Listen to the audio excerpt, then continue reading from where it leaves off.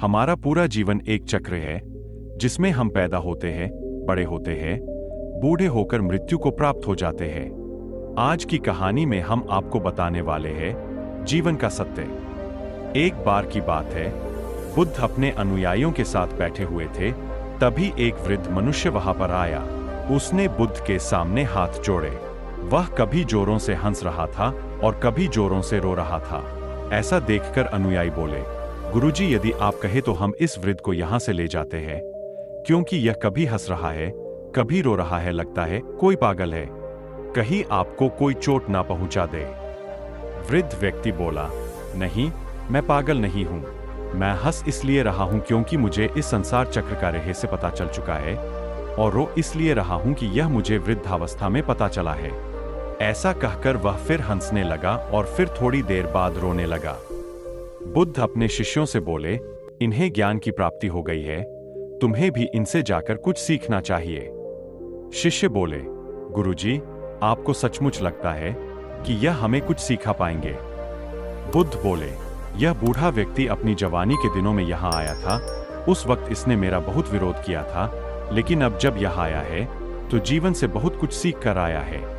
इसलिए तुम दोनों जाओ, इनसे कुछ ज्ञान प्राप्त करो और जितने भी दिन इनके पास बचे हैं इनकी सेवा करो। अनुयायी बोले, जी गुरुजी, जैसी आपकी इच्छा। वह उस वृद्ध को अपनी कुटिया में ले गए, भोजन आदि कराया और आराम करने को कहा।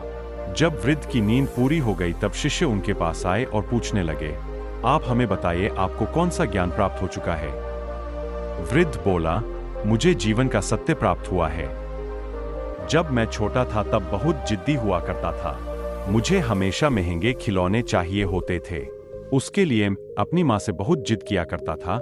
जब मेरी माँ मुझे समझाती थी कि मुझे इतने महंगे खिलौने लेकर धन को बर्बाद नहीं करना चाहिए, उसकी कदर करनी चाहिए, तब मेरे मन में यह विचार आता था कि मेरी माँ अगर मुझसे दूर चली जाए तो जो मुझे पसंद है वह मैं कर सकता हूँ। जब मैं थोड़ा वयस्क होने लगा, मेरी शादी हो गई और मुझे एक पुत्र की प्राप्ति भी हो गई। भगवान ने मेरी इच्छा पूरी कर दी। फिर मैंने सोचा मेरा दूसरा पुत्र भी हो जाए तो अच्छा होगा। भगवान ने मेरी यह इच्छा भी पूरी कर दी। इसके बाद अपने पिताजी के काम में सहयोग देने लगा। मैं चाहता था कि काम में होने वाले निर्णय मैं खुद लूं। मुझे उनकी टोका टाकी करना बिल्कुल भी पसंद नहीं था। मेरे पिताजी की तबीयत खराब हो गई, वह बिस्तर पर पड़े थे। मैंने उनसे कहा, पिताजी, अब आपकी तबीयत खराब हो चुकी है, अपना सारा कारोबार आप मुझे दे दीजिए। कुछ दिनों बाद पिताजी का देहांत हो गया। उनके देहांत के बाद मैंने उनकी इतनी भव्य यात्रा निकाली कि पूरी दुनिया देखती रह गई। मैं भीतर ही भीतर इस पर गर्व कर रहा था। मैंने अपने पिताजी की अंतिम यात्रा में इतना पैसा खर्च किया है। कुछ समय बाद मेरी माँ भी गुजर गई। देखते देखते मैं नगर का एक अमीर इंसान बन गया। मेरे पुत्र बड़े हो गए। मैंने अपने दोनों बेटों का विवाह कर दिया। इन दिनों मेरी पत्नी मुझे बुद्ध के पास ले गई। बुद्ध की बातें सुनकर मैं क्रोध से भर गया, क्योंकि मैं उनकी किसी भी बात से सहमत नहीं हो पा रहा था। बुद्ध कह रहे थे, चोरी मत करो, झूठ मत बोलो, ज्यादा धन इकट्ठा मत करो, संयम से काम लो। उनकी यह बातें मुझे बिल्कुल पसंद ना थी, इसीलिए मैंने उनके खिलाफ लोगों को भड़काना शुरू कर दिया। उनका ज्ञान मेरे पूरे जीवन को ही गलत ठहरा रहा था। वक्त गुजरने लगा और मैं बूढ़ा होने लगा। मैंने जीवन के अंतिम चरण की तरफ अपना कदम बढ़ाया। अंतिम चरण पर आते आते मेरी पत्नी ने भी मेरा साथ छोड़ दिया, उसकी भी मृत्यु हो गई।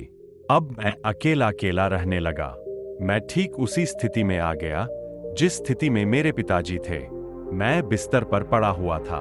तभी मेरे दोनों पुत्र एक एक करके आए और कहने लगे, सारा कारोबार आप मेरे नाम कर दीजिए, क्योंकि मैं ही इसको संभालने के लायक हूँ। जैसे मैं अपने पिताजी के पास गया था कारोबार अपने नाम करवाने, वैसे ही मेरे पुत्र मेरे पास आए हैं कारोबार अपने नाम करवाने, और इसके बाद उनके पुत्र भी मेरे बेटों के बूढ़े होने पर ऐसा ही करेंगे।